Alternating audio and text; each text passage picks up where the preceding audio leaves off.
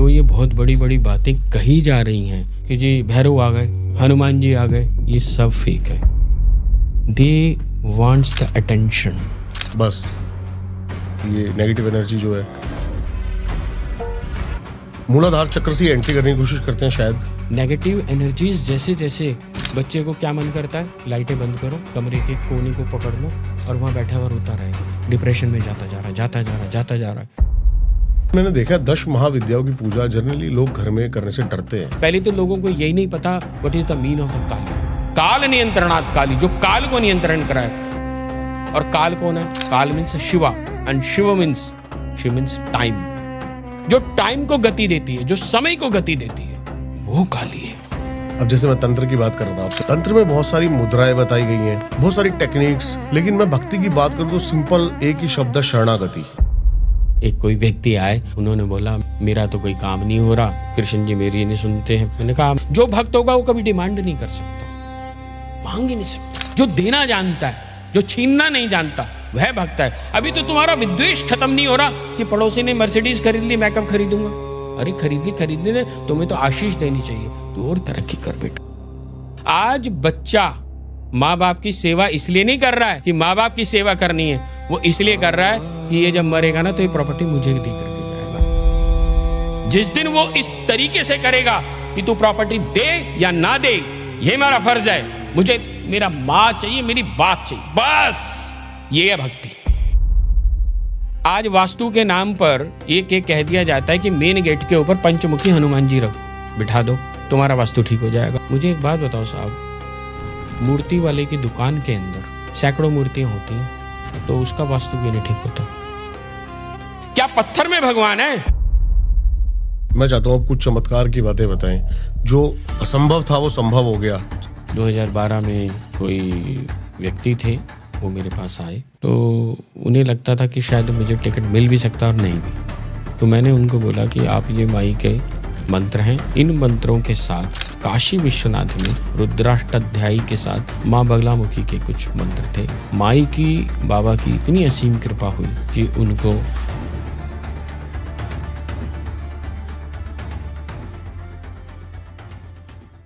जो ये बहुत बड़ी बड़ी बातें कही जा रही हैं कि हर कोई आ जा करके ये कह रहा है कि मैंने योगिनी सिद्ध कर ली, मनमोहिनी सिद्ध कर ली, और फलानी योगिनी का नाम ये होता है, इसी योगिनी का नाम, ये सब फेक है, ये सब फेक है। एनर्जीज तो होती हैं, एनर्जीज होती हैं, एग्रीड, एनर्जीज होती हैं और बहुत अच्छी एनर्जीज होती हैं, इसमें कोई संदेह नहीं है, इसमें कोई बिल्कुल भी। और जैसे अब इसको ऐसे भी समझते हैं, हाँ जी, जैसे हमने बहुत बार देखा होगा कि हम जागरण में गए, कहीं और गए, तो जैसे हम जागरण में गए तो कोई कूद पड़ा कि जी भैरव आ गए, हनुमान जी आ गए, भैरव आ गई, ये आ गए, वो आ गए, कोई भी आ गए।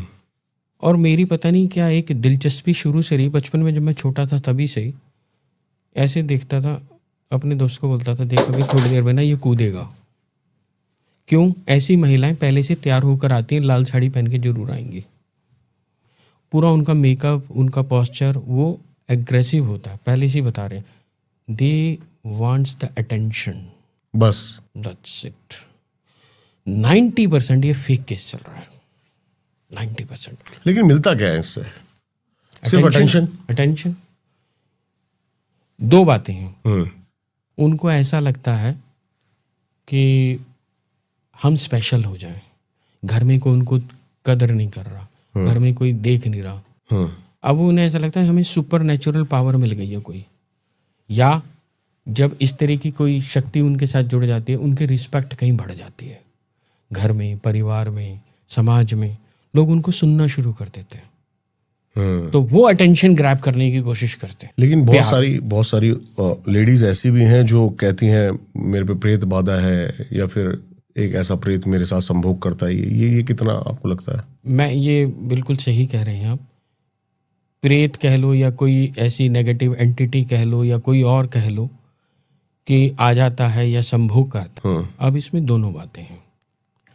साइकोलॉजी ये कहती है कि इस प्रकार की जो रात्रि में संभोग होता है ये साइकोलॉजिकल भी होता है, और बॉडी इसको एब्जॉर्ब कर लेती है और वो उसको बिल्कुल ऐसा फील करता है कि वाकई में संभव हुआ। एक तो ये है, और इन रियलिटी में भी होता है। अब वहां पे क्या होता है, जो रियलिटी में होता है वहां वो दिन और रात नहीं देखता, वो हमेशा तैयार रहता है। दूसरा, ऐसी महिलाओं या लड़कियों के साथ एक सबसे बड़ी प्रॉब्लम होना चाहिए वाइट डिस्चार्ज। वाइट डिस्चार्ज इतना ज़्यादा होता है, या वो कुछ पढ़ भी रही हैं, अब बच्ची है वो पढ़ना चाहती है, लेकिन जैसी किताब सामने आती है तो उसको ये लगता है कि उसको दृश्य जो है सब लुक्रेटिव, बिल्कुल वैसे बहुत सारे मैं कमेंट्स पढ़ रहा हूँ, टेम्पटेशंस आती हैं। बहुत सारे यंगेस्ट जो अपने व्यूअर्स हैं ये मंदिर में भी जाते हैं तो उनको बहुत सारी इस तरह के दिखते हैं। वो भगवान हनुमान जी को नहीं देख पाते या किसी और मेल डाइटिस इनको नहीं देख पाते, और उनके साथ उनको जो है ऐसा लगता है कि उनके जो ऑर्गन्स हैं वो उनको दिखने शुरू हो जाते हैं, और फिर वो अपने आप को ये कहते हैं कि हम तो हमारी बुद्धि खराब है या ऐसा कुछ है। ये तो हो गए सामान्य बात, लेकिन इससे जो बेसिकली छुटकारा कैसे हो, रीजन क्या है ये होने का? इनके रीजन 2-3 हैं। एक तो अगर हम जन्मपत्री के पॉइंट ऑफ व्यू से बात करें, कहीं ना कहीं राहु का प्रभाव होता है। जब भी राहु का प्रभाव किसी के ऊपर, व्यक्ति के ऊपर होगा तो इस प्रकार की जो नेगेटिव एंटिटीज हैं उनको कैच कर लेगा जल्दी। अब जैसे आपके हाथ में कोई मैग्नेट हो और आपने लोहे के उसमें डाल दिया कहीं, तो वो ऑटोमेटिकली कैच कर लेगा। तो जब भी राहु खराब होगा तो उस कंडीशन में क्या होगा कि नेगेटिव उनको अट्रैक्ट कर लेता है। एक तो ये सिर्फ सामान्य भाषा के बाद, लेकिन एक तरीका ऐसा कई बार ऐसा भी देखा गया है कि मोहल्ले में, पड़ोस में या रिश्तेदारी में कई लोग जेलस रखते हैं, अच्छा इसका बच्चा नहीं जाना चाहिए आगे, इसके साथ ये नहीं होना चाहिए, तो वो ऐसे कोई प्रयोग करवा देते हैं कोई खाने में, किसी में। यहाँ सबसे ज़्यादा ऐसा होता है, मेरे पास ऐसे कई केस आए हैं जहाँ फीमेल्स की अंडरगारमेंट्स चोरी हो गए या कट गई ऑटोमेटिकली। हाँ, एक और चीज़ बता देता हूँ, इनका जब इस तरह की ऐसी चीज़ें होती हैं ना, तो अंडरगारमेंट्स ऑटोमेटिकली कटने शुरू हो जाते हैं। बिल्कुल नए अंडरगारमेंट्स हैं, पहन रखे हैं, 2 दिन बाद देखा कट गए, छेद हो गया उसके अंदर, बिल्कुल वजाइना के सामने से छेद हो गया, और वो खुद ही नहीं समझ पाते, वो सोचते वैसे ही हो रहा होगा, चलो भाई। वो लेकिन रीजनिंग यही होती है, कहीं ना कहीं उनके ऊपर नेगेटिव एनर्जीज का इम्पैक्ट आ चुका है। और ये खाली ऐसा नहीं फीमेल पर होता है, मेल्स पे भी होता है, मेल्स के साथ भी ऐसा होने लगा है। मूलाधार चक्र से एंट्री करने की कोशिश करते हैं शायद, ये नेगेटिव एनर्जी जो है, ये लोअर एंटिटी है। देखिए, मूलाधार चक्र हो गया तंत्र की भाषा। जब हम कोशों की बात करते हैं तो हम वेदांत की बात करते हैं। जब हम मूलाधार चक्र, स्वादिष्ठान चक्र, मणिपुर चक्र, अन्य अन्य चक्रों की बात करते हैं तो वो हम एनर्जीज की बात करते हैं। मूलाधार चक्र से देखिए, गटर का पानी और साफ पानी दोनों में फर्क है। अगर साफ पानी में अगर गंदा पानी मिल जाएगा तो पीने लायक नहीं रहेगा, और कोई पी लेगा तो बीमार पड़ जाएगा। सही बात है। तो मूलाधार चक्र वो एक एनर्जी का खेल है, और जब ये सेक्स को ड्राइव कर रहे हैं, आपकी बुद्धि को लगने ही नहीं देते संसार में भी, अध्यात्म तो बहुत दूर की बात है। जनरल नहीं पढ़ने देंगे आपको। मतलब बेसिकली सिंपल सी बात यह है कि वो ये नहीं चाहते कि आप जो डे टू डे के वर्किंग कर रहे हैं जिससे आप सक्सेस पा सकें, वो सक्सेस आपको मिले, बस आप इसी में लगे रहो। जैसे आपने किताब खोली, पढ़ ही नहीं पा रहे, दिमाग कहीं और जा रहा है, बच्चा पढ़ ही नहीं पा रहा, या डिप्रेशन का शिकार होते जा रहे हैं।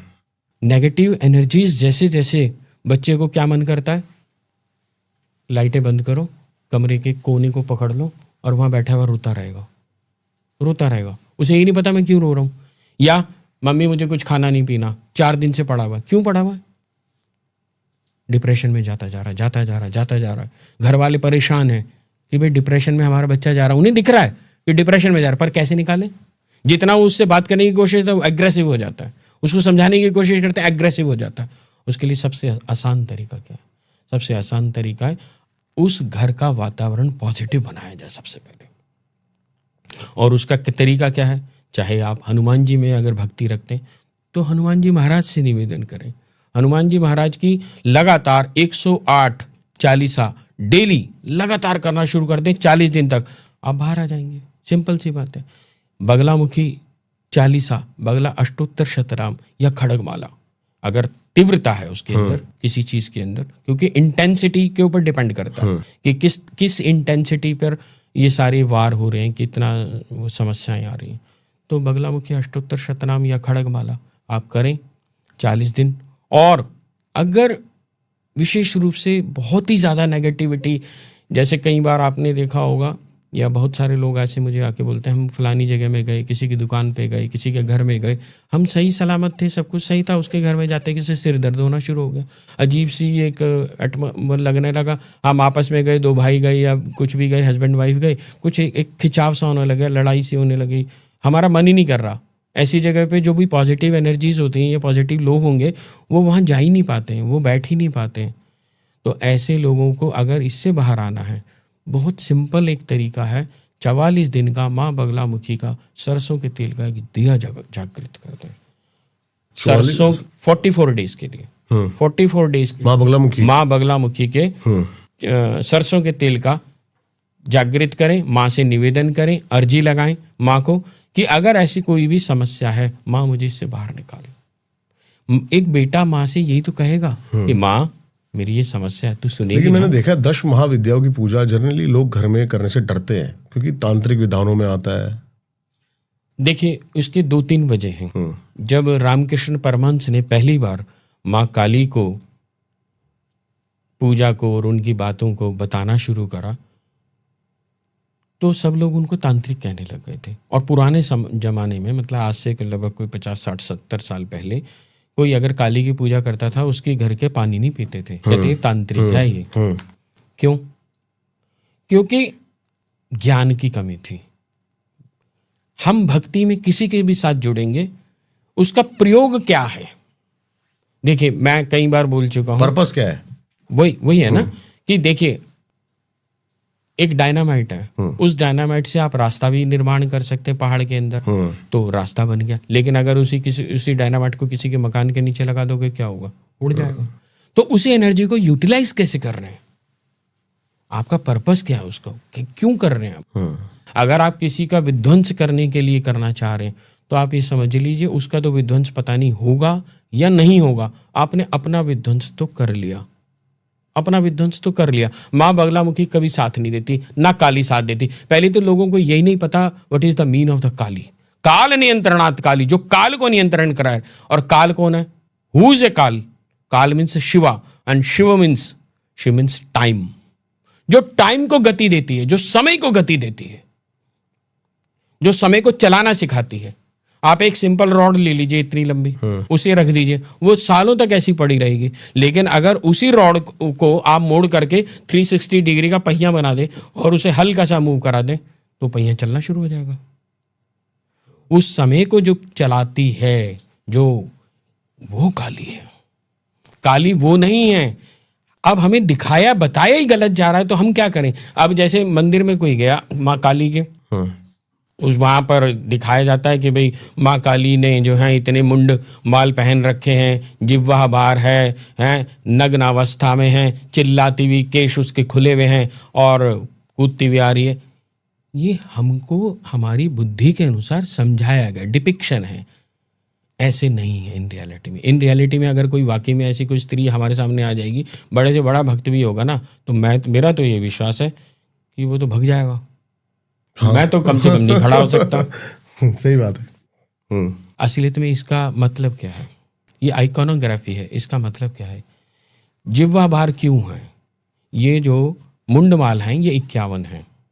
ये 51 क्यों हैं? ये आ से लेके क्ष पर्यंत तक स्वर और व्यंजन है।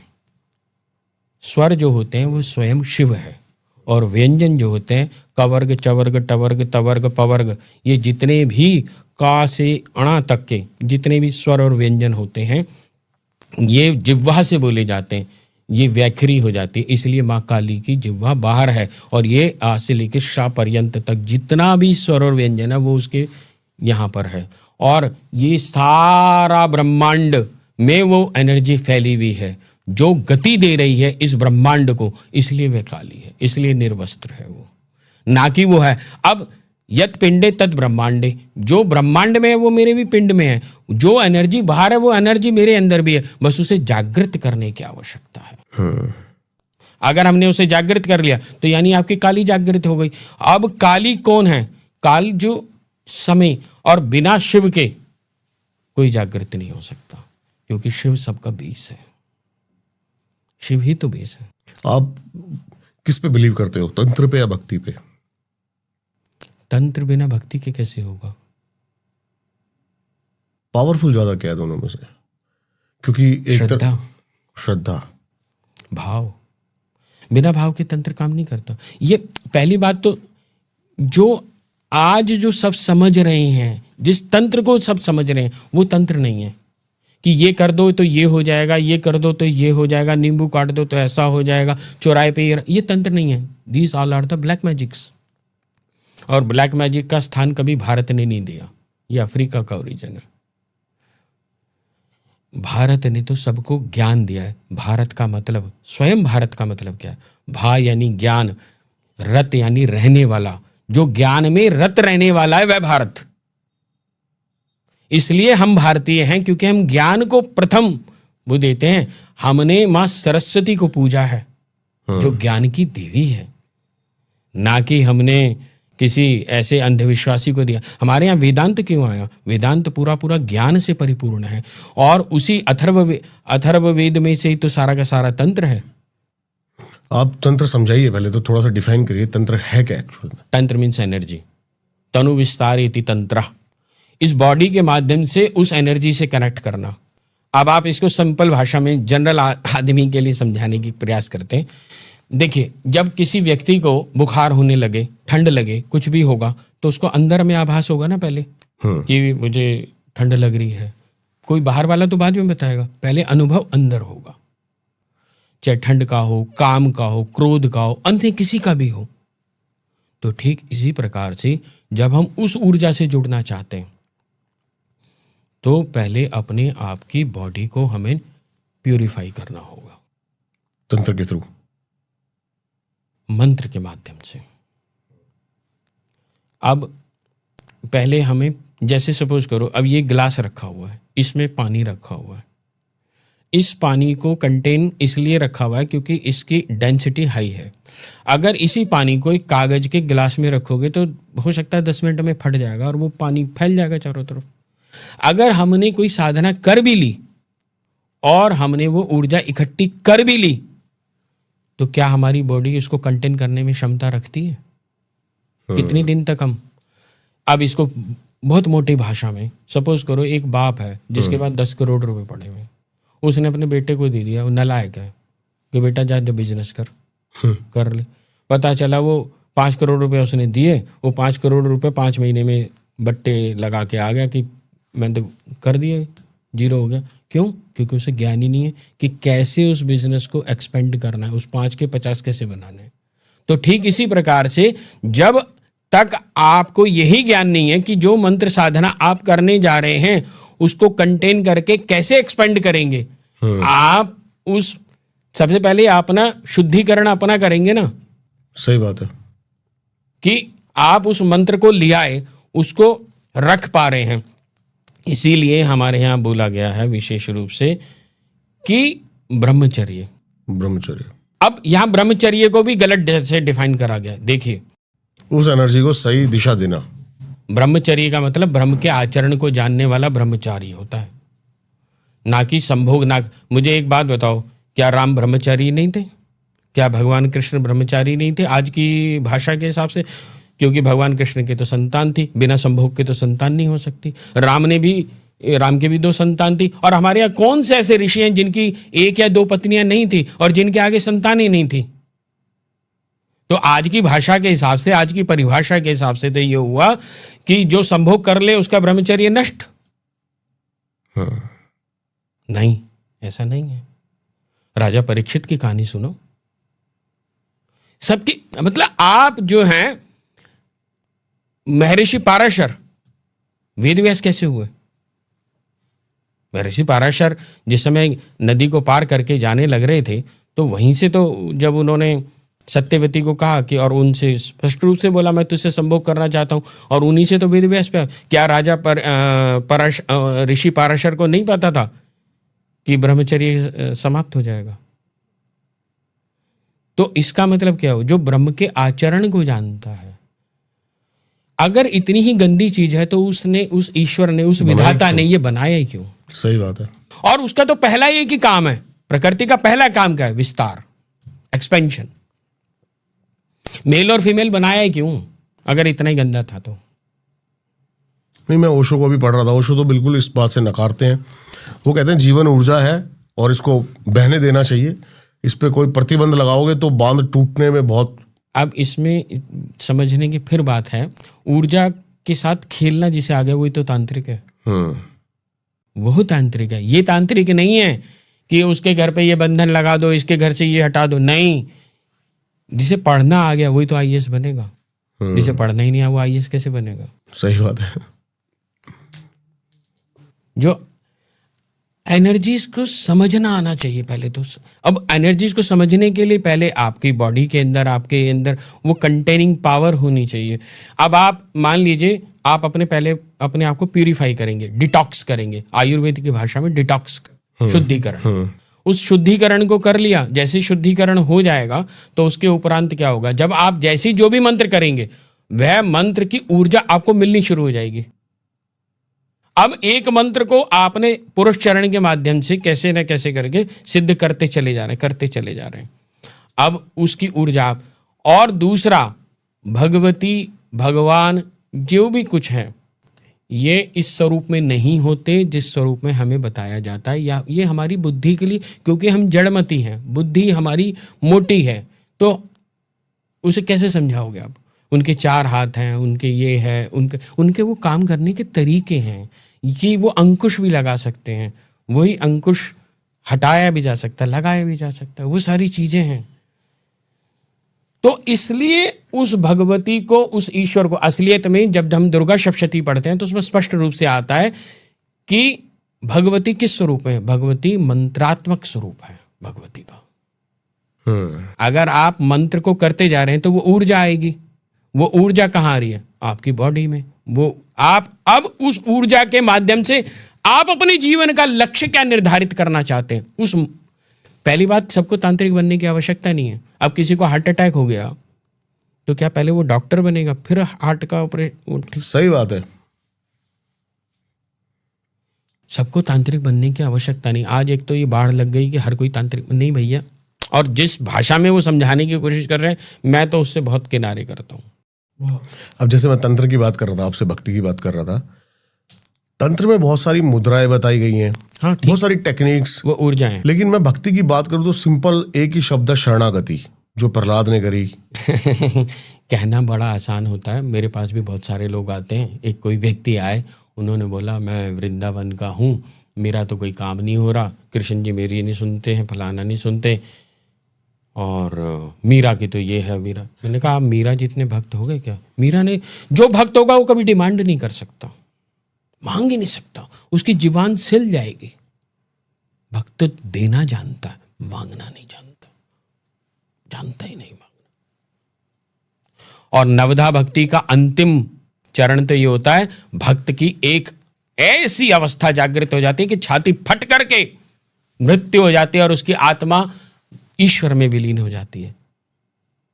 जो देना जानता है, जो छीनना नहीं जानता, वह भक्त है। अभी तो तुम्हारा विद्वेष खत्म नहीं हो रहा कि पड़ोसी ने मर्सिडीज खरीद ली, मैं कब खरीदूंगा? अरे खरीदने, तुम्हें तो आशीष देनी चाहिए, तू और तरक्की कर बेटा, और तरक्की कर। ये भक्ति कभी किसी का अहित नहीं कर सकती। हम कह देते हैं हम बहुत बड़े भक्त हैं, हम इस फलाने हनुमान जी के भक्त हैं, हम भैरव के भक्त हैं। अरे कभी कभी मुझे परेशानी हो जाती है जैसे ये शब्द सुनता हूं ना। तुम क्या करने आए हो? तुम तो भगवती के पास ये मांगने आए हो कि भाई मेरा ये काम कर दे। तुम भक्ति के लिए नहीं आए हो, भक्ति मांगने थोड़ा ना आए हो। तुम तो कह रहे मेरे बेटे की शादी हो जाए इसलिए आ जाऊँ, मेरा व्यापार चल जाए इसलिए आया हूँ, मेरा स्वास्थ्य ठीक हो जाए इसलिए, मुझे 2 मकान दे दे इसलिए आया हूँ। तुमने कब उससे उसको मांगा? दीपक जी मैं आपसे एक चीज पूछता हूँ, बड़ी थोड़ा अलग है।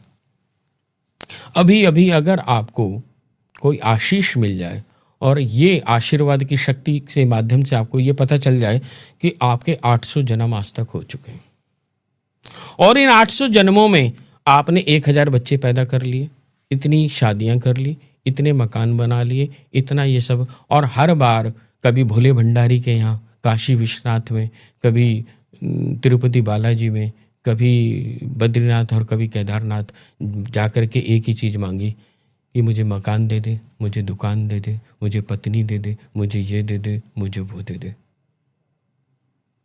कभी उससे उसको मांगा कि माँ तू मुझे कब मिलेगी?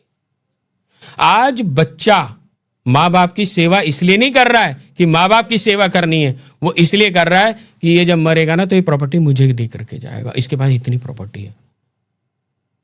जिस दिन वो इस तरीके से करेगा कि तू प्रॉपर्टी दे या ना दे, ये मेरा फर्ज है, मैं तेरी सेवा करूंगा। तू सब सारे भाइयों को बांट दे, मुझे कुछ नहीं चाहिए, मुझे मेरा मां चाहिए, मेरी बाप चाहिए, बस। ये है भक्ति। ये भक्ति कैसे हुई कि हम माँ बाप के सिर्फ इसलिए ला करके दे रहे हैं कि भाई 10 करोड़ का चेक उसी से मिलेगा भाई। लेकिन कहीं ना कहीं उस बच्चे ने उस माँ बाप से ही सीखा ये सब। हाँ, संस्कार ऐसे मिले। एग्रीड। ये तो मैं मान रहा हूं। देखता आया है, वही प्रोसेस उसके फॉलो करने लग गया है। इसीलिए मैं कई बार बोलता हूं, देखो कि मेरा ये जन्म एज ए आलोक भारद्वाज, ये शरीर, ये रूप, ये जो भी कुछ है यही है। इसीलिए मैं बहुत बार बोलता हूँ हमारे यहाँ मंदिर में आने वाले लोगों को भी कि आप वैष्णो देवी जाते हो, आप बद्रीनाथ जाते हो, आप केदारनाथ जाते हो, आप तिरुपति बालाजी जाते हो या रामेश्वरम जाते हो, ये हजारों साल से मंदिर है। आपको भी नहीं पता कि आप पिछले जन्म में आए थे या नहीं आए थे। आप अपनी उस चेतना को ढूंढने की कोशिश करो कि जब पिछली बार जब मैं आया था तो बाबा तो यही थे ना, तो मैं किस स्वरूप में आया था, तुम उसको करेक्ट कर। मैं तो सर बहुत ज़्यादा कंफ्यूज हो गया इस चीज़ में। थोड़ा सा मैं पर्सनली, आप मेरे से अगर पूछेंगे तो मैं बिलीव नहीं करता। आपको लगता है कि भगवान कहीं एक मतलब स्पेसिफिक जगह बैठा है कि यहाँ पर ही आना पड़ेगा? नहीं, देखिए क्या होता है, देखो अब इसको फिर आप, हमारे घर में जो करंट आ रहा है ना वो भाखड़ा नांगल में बन रहा है, ऐसा मान लेते हैं, मतलब भाखड़ा नांगल। अब तो सोलर एनर्जी। हाँ, वही मैं बताने जा रहा था आपसे। जब आप खुद को कनेक्ट कर जाएंगे ना, जब आप अपने आप को ही भाखड़ा नांगल बना लेंगे तो you need not to go anywhere. ये सिर्फ उसकी प्रैक्टिस है। हम मंदिरों में क्यों जाते हैं? बहुत अच्छा एग्जांपल दिया आपने। आपने सिर्फ उस एनर्जी से कनेक्ट करना है। आप उससे एनर्जी से जैसे ही कनेक्ट करेंगे, जैसे ही समझेंगे, उस एनर्जी को एनहांस करके अपने घर ला रहे हैं। उस एनर्जी को आपने, अब आज की तारीख में एक और प्रचलन चल गया, क्या? दीक्षा ले लो। अरे भाई दीक्षा तो ले लो, ठीक है, लेकिन जो दीक्षा में मंत्र मिला, क्या आप उसे रोज उसी विधान से कर पा रहे हैं? आप दीक्षा ले ली, मैं तो दीक्षित हूँ, ऐसे दीक्षित नहीं होते हैं भाई। मुझे वैसे दीक्षा का सर पर्पस समझ नहीं आया, किस लिए दीक्षा है, मतलब क्या मिलेगा दीक्षा लेके? बड़ा स्पष्ट रूप से है। पहली बात, ये प्रत्येक व्यक्ति के लिए है ही नहीं। मुझे बताओ, जो भी दीक्षा लेने जा रहा है, मैं वही बता रहा हूँ, क्यों चाहिए तेरे को दीक्षा?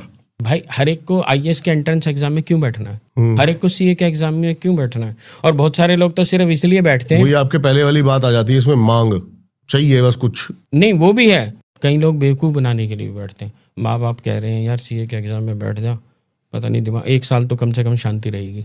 मुझे पता है मुझे नहीं करनी और ना मैं हो कर सकता, पर कम से कम शांति तो रहेगी। हमारे घर के संस्कार ऐसे, मुझे दिखावा चाहिए, आडंबर चाहिए। मैं क्या हूं कि मैं भगवान की पूजा करता हूं। कभी भी भगवान से डरे नहीं, भगवान से प्रेम करें।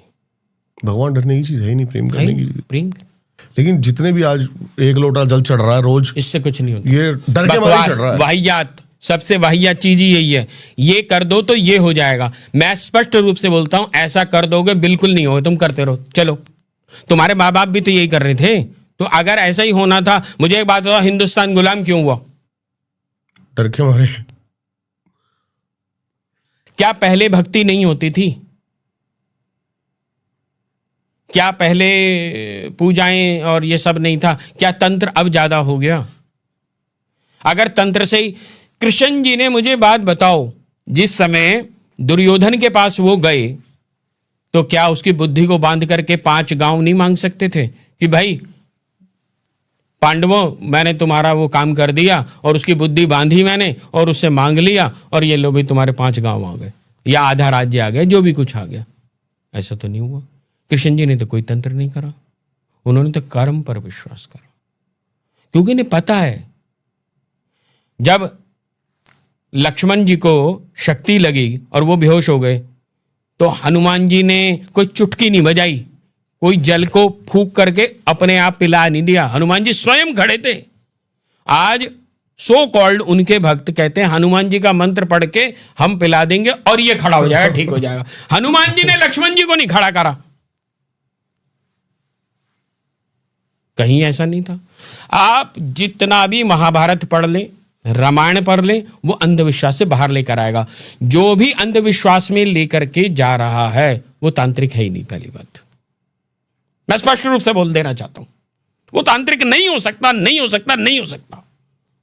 तांत्रिक तो वो होगा, वेदांती वो होगा जो आपको अंधविश्वास से बाहर लाएगा, जो ईश्वर के प्रति आपको सजग कराएगा, जो कहेगा ब्रह्म ये है, और पहले वो ब्रह्म को देखना शुरू कर अपने माँ बाप में। अगर तू माँ बाप की सेवा कर सकता है, यदि किसी से तू प्रेम कर सकता है, तुझे प्रेम आ गया, चाहे स्त्री से प्रेम हो, अपने माँ से प्रेम हो, पिता से, तभी तो तू भगवान से प्रेम कर पाएगा। अब यहीं पे मैं फिर प्रहलाद का अगर आपको एग्जांपल दूं, क्योंकि उसने तो माँ बाप को सुना ही नहीं, मतलब बाप के तो खिलाफ ही चला गया। हाँ, क्योंकि देखिए प्रकृति अपना पूरा विस्तार काम करती है। किन माँ बाप को सुने बच्चा? जो सदियों से माँ बाप हैं वो, उस परमपिता परमेश्वर को, या फिर जो अभी इस जन्म में माँ बाप हैं वो? देखिए हम सब ना शिव से प्रसन्न होकर आए हैं पुनः शिव बनने के लिए, और हम ये फर्स्ट रेस्पॉन्सिबिलिटी भूल गए, को हम, हु एम आई, मैं ही शिव हूं। शिव को जानना ही मेरी फर्स्ट रेस्पॉन्सिबिलिटी थी, है और रहेगी। जब तक तुम ये नहीं जान जाओगे तब तक जन्म लेते रहोगे, आते रहोगे, जाते रहोगे, ये मोह के बंधन में बंधे रहोगे, और उसी मोह की वजह से प्रताड़ित भी होगे। जिससे ज़्यादा मोह करोगे वही तुम्हें जो है अंतिम अवस्था में आकर के, यदि ईश्वर तुम्हारे साथ है तो वह तुमको उससे बाहर निकालने की प्रयास करता है। वो हमेशा भी प्रयास कराता है तू मुझको जानना, तभी तो मोक्ष क्या, what is the mean of the मोक्ष? मोक्ष कोई लड्डू नहीं है, खा लिया और मोक्ष हो गया।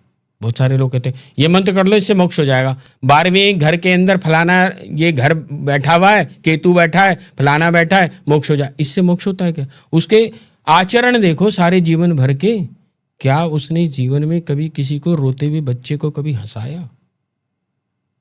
कभी किसी का दुख दूर करा? कभी आशीर्वाद की शक्ति उसको मिली? नहीं। तो मोक्ष कैसे मिल जाएगा? मोक्ष क्यों है? मोक्ष का मतलब क्या है? ज्ञान और भक्ति के सामंजस्य को मोक्ष कहते हैं। सत्य को जानना। ज्ञान क्या है और भक्ति क्या है? अब भक्ति इम्बैलेंस है। अब देखो, अब आप बात कर रहे थे, मैं उसी पे ले गया। तो आज क्या हो रहा है, या तो भक्ति इतनी ज्यादा हो रही है कि हम एक व्यक्ति के प्रति भक्ति कर रहे हैं, व्यक्ति के प्रति, ईश्वर के प्रति नहीं, व्यक्ति के प्रति। व्यक्ति ने कह दिया हम लड़ने के लिए तैयार हो गए। वो गुलामी है या भक्ति? वो भक्ति नहीं है, उसे भक्ति नहीं कहते। अब उसने ये कह दिया कि भी ऐसा करो, सबने ऐसे ही करना शुरू कर दिया। किसी ने कह दिया काला पर्स रखो, काला पर्स रख रही, उसके अंदर चांदी का सिक्का रखो, चांदी का। ये क्या है यार? ये तुम्हारी अपनी बुद्धि खत्म है क्या? आज वास्तु के नाम पर एक कह दिया जाता है कि मेन गेट के ऊपर पंचमुखी हनुमान जी बिठा दो, तुम्हारा वास्तु ठीक हो जाएगा, या जो भी कुछ है। मुझे एक बात बताओ साहब, मूर्ति वाले की दुकान के अंदर सैकड़ों मूर्तियां होती हैं, उसमें पंचमुखी हनुमान जी भी हैं, शिव जी भी हैं, सारे कुछ, तो उसका वास्तु क्यों नहीं ठीक होता? उसके बाद तो सारे भगवान हैं। क्या पत्थर में भगवान है? जब तुम उसे पूजोगे नहीं, जब उसका तुम मंत्र नहीं रोज करोगे, तो क्या खाली पंचमुखी हनुमान जी की मूर्ति मात्र लगाने से, देने से एनर्जी ठीक हो जाएगी? एनर्जी ठीक होती है आपके आचरण से, आपके दैनिक विचारों से। बिल्कुल। वो विचार कैसे ठीक होंगे? आपको कुछ एक्सटर्नल एनर्जी चाहिए। अगर आपको, भाई आप बीमार पड़ गए, आपको पता है मुझे बीमार हो गया मैं, तो मुझे डॉक्टर चाहिए ना दवाई लेने के लिए। हाँ जी। तो आप दवाई खाओगे, ठीक हो जाओगे। तो इसलिए आपको मंदिर जाना है, इसलिए मंदिर नहीं जाना है कि आप अंधविश्वासी हो जाओ। बगलामुखी में यज्ञ का भी बहुत बड़ा महत्व है। बिल्कुल। उसकी ऊर्जा बहुत बड़ी क्या होती है। पावर है यज्ञ के अंदर? देखिए, वैसे तो वैदिक परंपरा के अंदर पूर्ण रूपेण ही यज्ञ के ऊपर ही हमारा सारा दारोमदार हुआ हुआ है। यज्ञ बहुत सारी तरीके से है। हमारा जो शरीर है ये भी एक यज्ञ करता रहता है डेली। हम जो भोजन खाते हैं, जठराग्नि उसको भस्म कर देती। अगर वो जठराग्नि ही उद्दीप्त ना हो तो आपका भोजन पचेगा नहीं।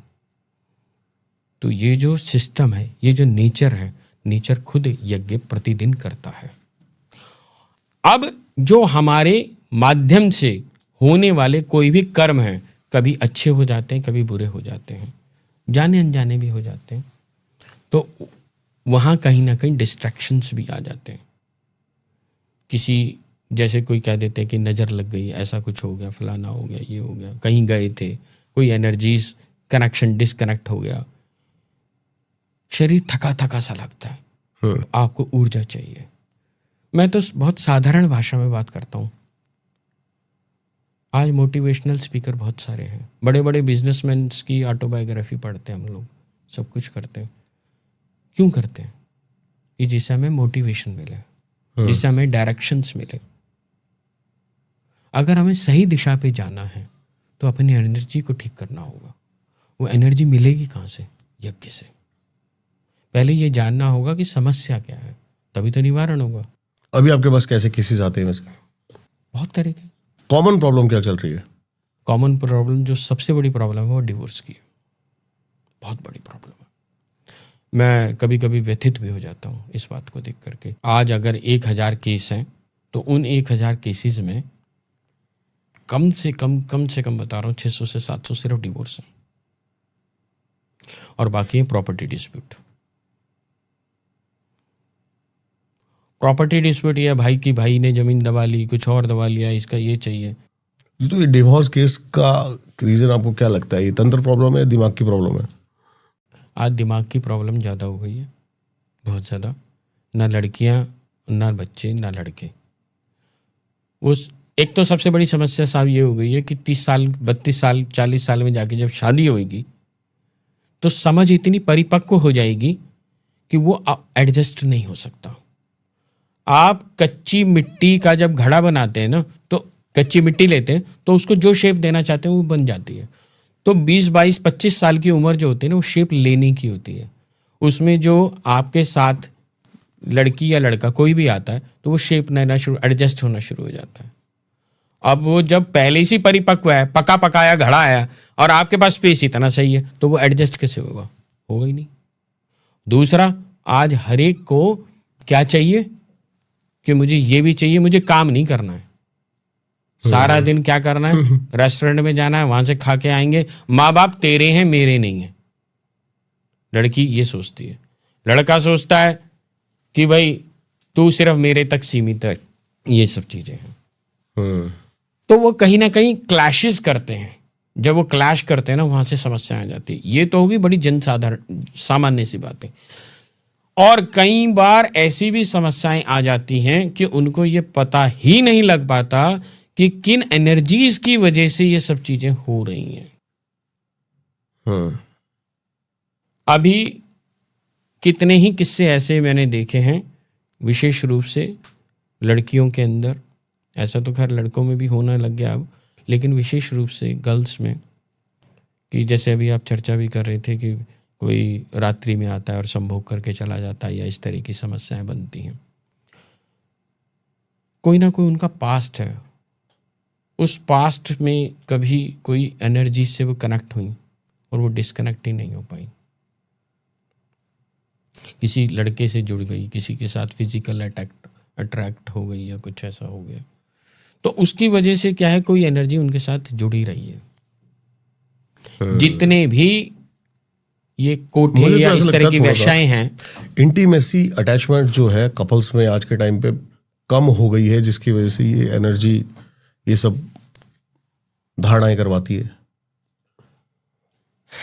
दो चीजें यहाँ थोड़ी सी अलग हैं। आप एक तो मेडिकल पॉइंट ऑफ व्यू से बात कर रहे हो, या आप ऐसा भी बात कह सकते हो दो तरीके से है ना।